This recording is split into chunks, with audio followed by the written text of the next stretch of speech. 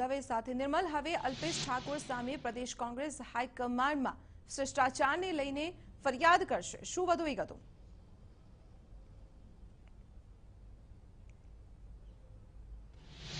દીપાલી, જે રીતે અલ્પેશ ઠાકોરે કોંગ્રેસમાંથી કોંગ્રેસના તમામ પદો પરથી રાજીનામું આપ્યાની જે વાત કરી હતી, પત્રકાર પરિષદ કરી હતી અને ત્યારબાદ ગતરોજ પાટણ લોકસભા બેઠક પર તેનો એક પ્રચાર કાર્યક્રમ યોજાયો હતો.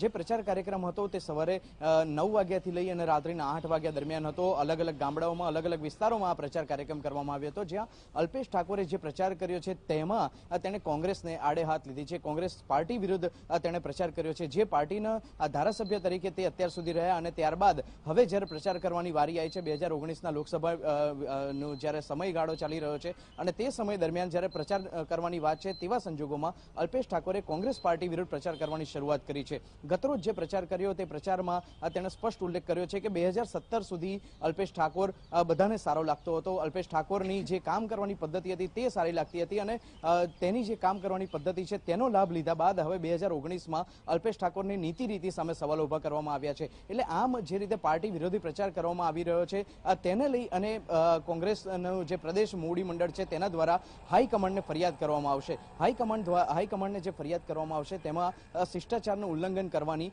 એક ફરિયાદનો એક ડ્રાફ્ટ તૈયાર કરવામાં આવશે અને જેને ડિસિપ્લિનરી કમિટી સમક્ષ રજૂ કરવામાં આવશે. શક્યતા આ ફરિયાદ આજે સાંજ સુધી અથવા તો આવતીકાલ સવાર સુધીમાં કરવામાં આવે તેવી શક્યતા જોવા મળી રહી છે. પરંતુ ડિસિપ્લિનરી કમિટી તમામ જે પાસા છે તે ચકાસ્યા બાદ આગામી સમયમાં અલ્પેશ ઠાકોર સામે કાર્યવાહી કરી શકે છે. જે કાર્યવાહી થઈ શકે છે તેમાં અલ્પેશ ઠાકોરનું કોંગ્રેસના સભ્યપદ પરથી સસ્પેન્શન પણ થઈ શકે છે અને આ બાબતે વિધાનસભાના અધ્યક્ષને આગામી સમયમાં રજૂઆત પણ કરવામાં આવી શકે છે. જી નિર્મલ, આભાર માહિતી આપવા બદલ.